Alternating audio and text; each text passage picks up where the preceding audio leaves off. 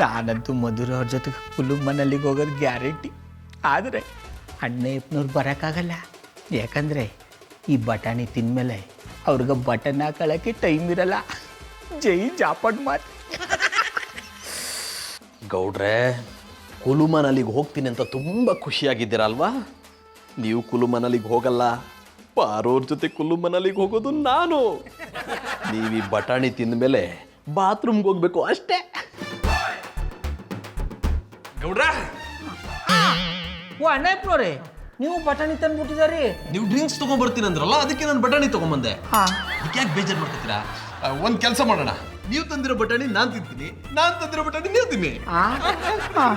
ಇಬ್ರು ಈ ಬಟಾಣಿನ ತಿನ್ನೋ ಹಾಗಿಲ್ಲ. ನೀವಿಬ್ರು ಈ ಬಟಾಣಿ ತಿನ್ನಿ, ಈ ವೆಲ್ಕಮ್ ಡ್ರಿಂಕ್ ಕುಡೀರಿ.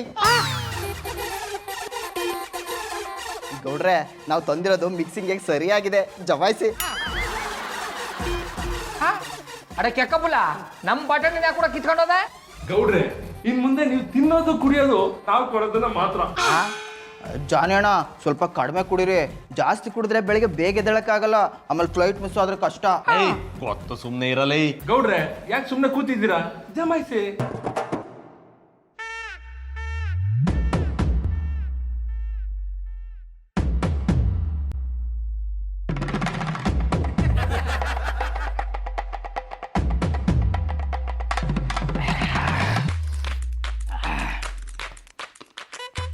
ಏಯ್ ಬಾಣ್ಲಿ, ಅದ್ಯಾಕೋ ಹಂಗೆ ನೋಡ್ತಿದ್ಯಾ?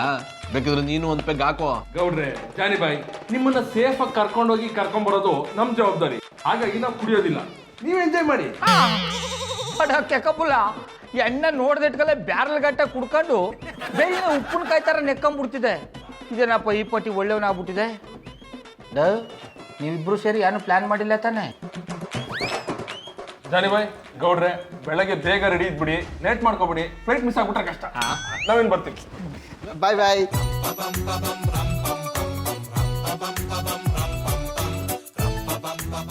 ಅಣ್ಣಯ್ಯಪ್ಪನವ್ರು ಕುಲು ಮನಲ್ಲಿಗೆ ಬರದೇ ಇರಕ್ಕೆ ನಾ ಏನೋ ಪ್ಲಾನ್ ಮಾಡಿದ್ವಿ.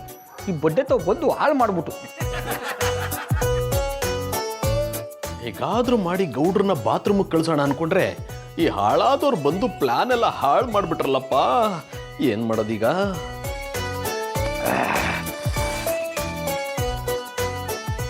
ಗೌಡ್ರೆ, ಅವ್ರು ತಂದಿರೋ ಬಟಾಣಿ ಸ್ವಲ್ಪನೂ ಚೆನ್ನಾಗಿಲ್ಲ ರೀ. ಅಲ್ಲಿ ನಾವು ತಂದಿರೋ ಬಟಾಣಿ ಇದೆಯಲ್ಲ, ಅದನ್ನೇ ತಿಂದ್ಬಿಡೋಣ. ಚೆಂದಾಗಿಲ್ಲ, ಬನ್ನಿ ತಕೊಂಬರೋ.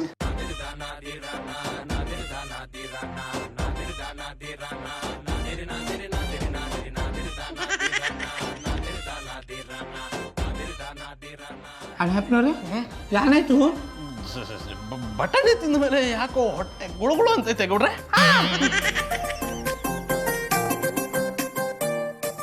ನಿಮ್ಗೇನಾಯ್ತು ಗೌಡ್ರೆ? ಬಟಾಣಿ ತಿಂದ್ಮೇಲೆ ಯಾಕ ಕುಳ ಕುಳ ಅಂತದ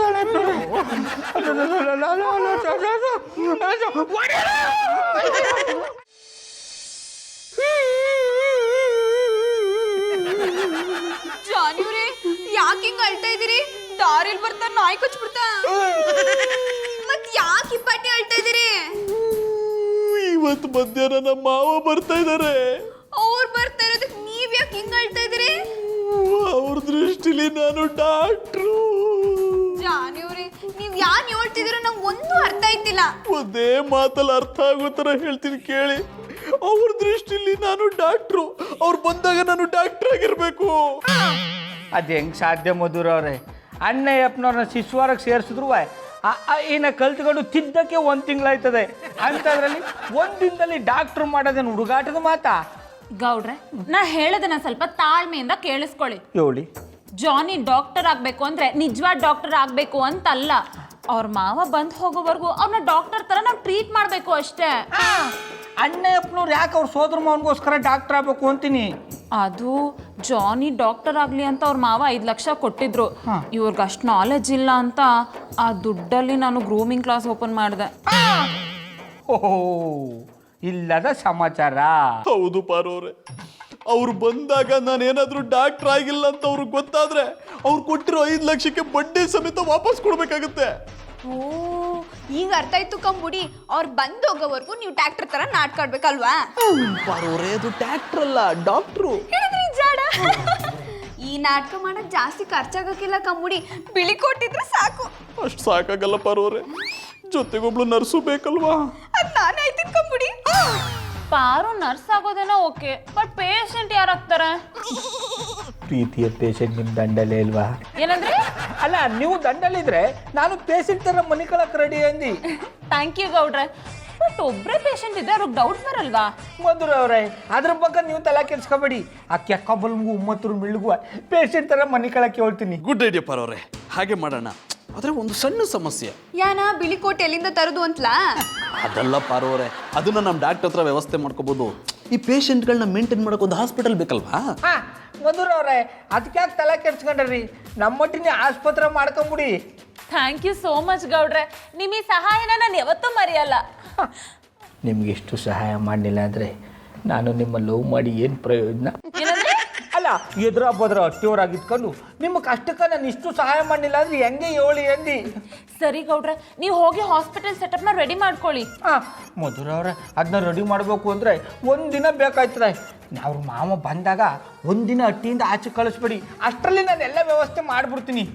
ಓಕೆ. ಮಧುರ ಅವರೇ, ಇನ್ನೊಂದು ಮುಖ್ಯವಾದ ವಿಷಯ, ಅಣ್ಣಯ್ಯಪ್ಪನವರು ಡಾಕ್ಟ್ರ್ ಆಗಿರೋ ಹುಮ್ಮಸ್ಸಲ್ಲಿ ನನಗೆ ಸೂಜಿ ಚುಚ್ಚಬಾರ್ದು ಅಂತೇಳಿ. ಯಾಕಂದ್ರೆ ನನಗೆ ಸೂಜಿ ಕಂಡ್ರೆ ಭಯ. ನೀವು ಅದ್ರ ಬಗ್ಗೆ ಎಲ್ಲ ತಲೆ ಕೆಡ್ಸ್ಕೋಬೇಡಿ ಗೌಡ್ರೆ. ಬೈ ಚಾನ್ಸ್ ಇಂಜೆಕ್ಷನ್ ತಗೊಳ್ಳೇಬೇಕು ಅನ್ನೋ ಪರಿಸ್ಥಿತಿ ಬಂದ್ರೆ ಒಂದೇ ಒಂದು ತಗೊಂಬಿಡಿ. ನಮಸ್ಕಾರ ಜಾನಿ ಅವರೇ, ಏನು ಫೋನ್ ಮಾಡಿ ಕರೆಸಿದ್ದು? ತುಂಬಾ ದಿನ ಆಗಿತ್ತಲ್ಲ ಡಾಕ್ಟ್ರೆ, ಒಂದು ಮುತ್ತು ಕೊಡೋಣ ಅಂತ ಕರೆದೆ. ಕಾಮಿಡಿ ಇಲ್ಲ, ಸೀರಿಯಸ್. ಯಾವಾಗಲೂ ಆ ಪೇಷಂಟು ಈ ಪೇಷಂಟು ಅಂತ ಟೆನ್ಷನಲ್ಲೇ ಇರ್ತೀರಾ. ಅದಕ್ಕೆ ಇವತ್ತು ಜೊತೆಲಿ ಕೂತ್ಕೊಂಡು ಒಂದು ಕಪ್ ಕಾಫಿ ಕುಡಿದು ಕಷ್ಟ ಸುಖ ಮಾತಾಡೋಣ ಅಂತ ಕರೆದೆ. ಇಷ್ಟೊಂದು ಐಸ್ ಇಡ್ತಿದ್ರ ಅಂದ್ರೆ ಏನೋ ಸ್ಕೆಚ್ ಹಾಕೊಂಡಿದ್ರೆ ಅಂತ ಅರ್ಥ. ಹೇಳಕ್ ಮುಂಚೆ ಅರ್ಥ ಆಗೋಯ್ತಾ? ಈ ಕೋಟ್ ಬೇಕಾಗಿತ್ತು ಡಾಕ್ಟ್ರೆ. ರೀ, ಹೇಳಿದ ತಕ್ಷಣ ಬಿಚ್ಕೊಡಕ್ಕೆ ಇದು ಗೌಡ್ರು ಮಾರೋ ಪಟಾಪಟಿ ಚಡ್ಡಿ ಅನ್ಕೊಂಡ್ರ? ಇದನ್ನ ಹಾಕೊಳ್ಬೇಕಾದ್ರೆ ನಾನು 5 ವರ್ಷ ಮಣ್ಣು ಹೊತ್ತಿದ್ದೀನಿ ಗೊತ್ತೇನ್ರಿ? ಕಾಲೇಜಿಂದ ಡಿಬಾರ್ ಮಾಡ್ಬಿಟ್ಟಿದ್ರ ಡಾಕ್ಟ್ರೆ? ಅಂದ್ರೆ ನಿಮ್ಮ ಕಣ್ಣಿಗೆ ಇದು ಬರೀ ಕೋಟ್ ತರ ಕಾಣ್ಬೋದು, ಆದ್ರೆ ಇದನ್ನ ಹಾಕೊಳ್ಬೇಕಾದ್ರೆ 5 ವರ್ಷ ಕಷ್ಟ ಪಡ್ಬೇಕಂದೆ. ಅದಕ್ಕೆ ಡಾಕ್ಟರ್ ನಿಮ್ಮನ್ನ ಗ್ರೇಟ್ ಅನ್ನೋದು. ನೀವು ಯಾವತ್ತೂ ನನ್ನ ಗ್ರೇಟ್ ಅಂದಿಲ್ಲ, ಇವತ್ತು ನನ್ನ ಗ್ರೇಟ್ ಅಂತಿದ್ರೆ ಅಂದ್ರೆ ಏನೋ ನನ್ನಿಂದ ಆಗ್ಬೇಕು. ಹೌದು, ಈ ಕೋಟ್ ಹಾಕ್ಬೇಕು? ಬರೀ ಕೋಟ್ ಅಲ್ಲ ಡಾಕ್ಟ್ರೆ, ಕಿಟ್ಟು ಬೇಕು. ಡಾಕ್ಟರ್ ವೇಷ ಹಾಕೊಂಡು ಯಾರಿಗೂ ಯಾಮರ್ಸೋ ಪ್ಲಾನು. ನಿಮ್ಮನ್ನಲ್ದೆ ಯಾರನ್ನ ಯಾಮರ್ಸೋದು ಡಾಕ್ಟ್ರೆ? ನಾನು ಯಾರನ್ನೂ ಯಾಮರ್ಸ್ತಿಲ್ಲ ಡಾಕ್ಟ್ರೆ. ಮತ್ತೆ ಈ ಕೋಟು ಕಿಟ್ಟು? ಡಾಕ್ಟ್ರೆ, ಊರಿಂದ ನಮ್ಮ ಮಾವ ಬರ್ತಾ ಇದ್ದಾರೆ. ಅವ್ರಿಗೆ ನಾನು ಡಾಕ್ಟರ್ ಆಗಬೇಕು ಅಂತ ಆಸೆ. ನಾನು ನಿಮ್ಮಷ್ಟು ಬುದ್ಧಿವಂತ ಆಗಿಲ್ಲದೆ ಇರೋದ್ರಿಂದ ನಾನು ಡಾಕ್ಟರ್ ಆಗಕ್ಕಾಗಲಿಲ್ಲ. ಅವ್ರು ಮೊದಲೇ ಹಾರ್ಟ್ ಪೇಷಂಟು. ಅವ್ರು ಬಂದಾಗ ನಾನು ಡಾಕ್ಟರ್ ಅಲ್ಲ ಅನ್ನೋ ವಿಷಯ ಗೊತ್ತಾದ್ರೆ ಎದೆ ಹೊಡ್ಕೊಂಡು ಸತ್ತೋಗ್ಬಿಡ್ತಾರೆ. ಅಂದ್ರೆ ನಿಮ್ಮ ಮಾತಿನ ಅರ್ಥ ನಾನು ಡಾಕ್ಟರ್ ಆಗಬೇಕು ಅಂತ ಅರ್ಥ. ಸಾಧ್ಯ ಇಲ್ಲ, ಸಾಧ್ಯ ಇಲ್ಲ. ಕಾನೂನಿನ ಪ್ರಕಾರ ಡಾಕ್ಟರ್ ಅಂತ ಸುಳ್ಳು ಹೇಳೋದು ಅಪರಾಧ. ಒಂದು ಪ್ರಾಣ ಉಳಿಸೋದಕ್ಕೋಸ್ಕರ ಸುಳ್ಳು ಹೇಳಿದ್ರೆ ತಪ್ಪ ಡಾಕ್ಟ್ರೆ? ತಪ್ಪಲ್ಲ, ಆದ್ರೆ ಆಯ್ತು ಬಿಡಿ ಡಾಕ್ಟ್ರೆ, ನಿಮಗೆ ನನ್ನ ಮೇಲೆ ನಂಬಿಕೆ ಇಲ್ಲ ಅಂದ್ರೆ ಬಿಟ್ಬಿಡಿ. ಆದ್ರೆ ಒಂದು ಮಾತು ನೆನ್ಪಿಟ್ಕೊಳ್ಳಿ, ನಾಳೆ ನಮ್ಮ ಮಾವ ಬಂದು ನಾನು ಡಾಕ್ಟರ್ ಅನ್ನೋ ವಿಷಯ ಗೊತ್ತಾಗಿ ಎದೆ ಹೊಡ್ಕೊಂಡು ಸಾಯ್ತಾರೆ. ಆ ಸಾವು ನೀವು ಕಾರಣ ಆಗ್ತೀರ. ಬೇಡಪ್ಪ, ನಾನೀಗಾಗಲೇ ತುಂಬಾ ಸಾವಿಗೆ ಕಾರಣ ಆಗಿದ್ದೀನಿ. ನಿಮಗೆ ಕೋಟು ಕಿಟ್ಟು ಅಷ್ಟೇ ಬೇಕಾಗಿರುತ್ತಾನೆ. ಥ್ಯಾಂಕ್ ಯು ಡಾಕ್ಟ್ರೆ. ಥ್ಯಾಂಕ್ಸ್, ನೀನೇ ಇಟ್ಕೋ. ಹಾಗಾದ್ರೆ ಬಿಸಿ ಕಾಫಿ ಮಾಡ್ಕೊಡ್ಲಾ? ಕಾಫಿ ಟೀ ನೀನೇ ಕುಡ್ಕೋ. ಕೋಟು ಕಿಟ್ಟು ಕೊಟ್ಟಿದ್ದಕ್ಕೆ ದಿನಕ್ಕೆ 200 ರೂಪಾಯಿ ಬಾಡಿಗೆ ಕೊಡು. ಮುತ್ತು ಕೊಡಕ್ಕಂತ ಕರ್ಸಿದ್ಯಲ್ಲ, ಕೊಡ್ಲಾ? ಮದುವೆ ಆಗಿದೆಯಾ? ಇವನು ಕೋಮಾದಿಂದ ಆಚೆ ಬಂದಾಗ ಪ್ಲೀಸ್ ಇವನು ಮದುವೆ ಮಾಡ್ಕೋ. ಇವನು ಪೇಷನ್ಸ್ ನೋಡ್ಕೊಳ್ಳೋ ರೀತಿ ನೋಡಿದ್ರೆ ಮನ್ಸಿಗೆ ತುಂಬ ಸಂತೋಷ ಆಯಿತು. ಕೊಟ್ಟಿರೋ 5 ಲಕ್ಷ ಮರೆಯೋಷ್ಟು ಸಂತೋಷ ಆಯ್ತಾ? ಆ ಸಂತೋಷ ಯಾವತ್ತೂ ಆಗೋದಿಲ್ಲ. ದನಗಳು ಕೂಡ ಸೂಜಿ ಥರ ಇರಲಿಲ್ಲ, ಎಮ್ಮೆಗಳು ಚುಚ್ಚೋ ಸೂಜಿ ಥರ ಇತ್ತು. ನಿಮ್ಮನ್ನ ಎಮ್ಮೆ ಅನ್ಕಂಡೆ ಆ ಸೂಜಿ ಚುಚ್ಚಿರೋದು. ಜಾನಿ, ಇದೇ ಖುಷಿಯಲ್ಲಿ ಒಂದ್ಸತಿ ನೋಡ್ತೀಯಾರೋ?